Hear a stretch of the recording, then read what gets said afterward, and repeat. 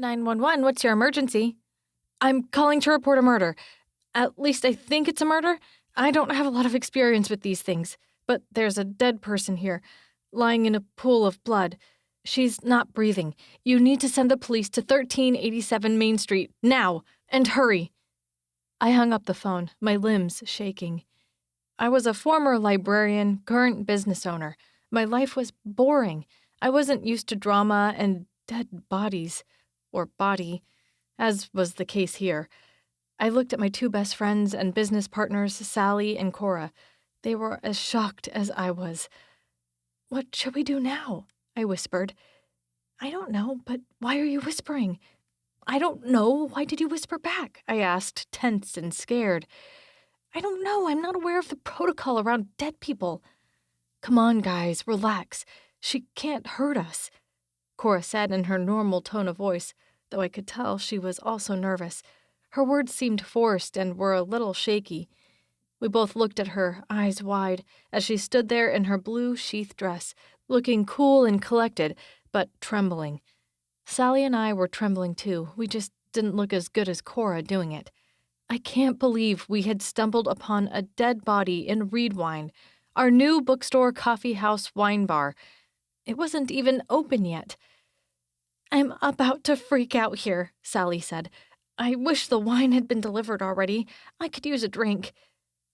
"I'll freak out later over a glass of wine, but right now, we need to take care of what's right in front of us." "Who do you think did this?" I asked. "I have no idea. What's taking the police so long?" Cora replied. "I think I hear them," Sally said, and we paused to listen. Sure enough, sirens were wailing in the distance.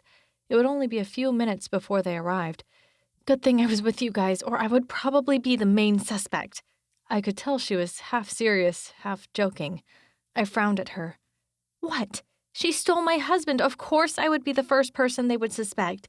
Don't you watch TV? They will probably think I'm a woman scorned rather than a woman who said, 'Good riddance, you can have him.' Plus, it was no secret I wasn't her biggest fan." As Sally was talking, the police ran in. I pointed to Sylvia's lifeless body, as if they really needed the help spotting the victim, seeing she was the only one lying there in a pool of blood. "What happened here?" asked Clive, the sheriff of the small town we lived in, and my friend.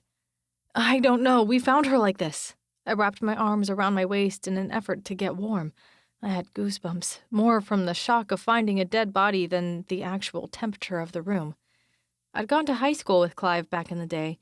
Now, 20 years later, I had a hard time thinking of him as the police chief. Once he had pulled me over for speeding. I think if I hadn't laughed at him during his lecture about the perils of speeding, he wouldn't have written me a ticket.